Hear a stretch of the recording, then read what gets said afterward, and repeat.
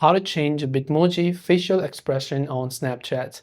Hey everyone, welcome to our channel. In this video, I'm going to guide you on how you can change your Bitmoji's facial expression on Snapchat. So without any further ado and delay, let's get started with today's video. In order to change the facial expression of your Bitmoji on Snapchat, just open up Snapchat. Tap on your Bitmoji avatar from the top left of the screen like this, and this is our current facial expression.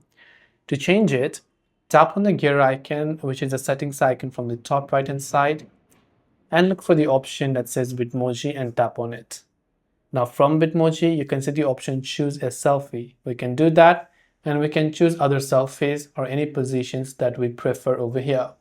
So once we've done that, we will then be able to go ahead and then select one of the Bitmoji selfies and tap the done button to change it. That is all for this video. Thanks for watching and see you in the next one.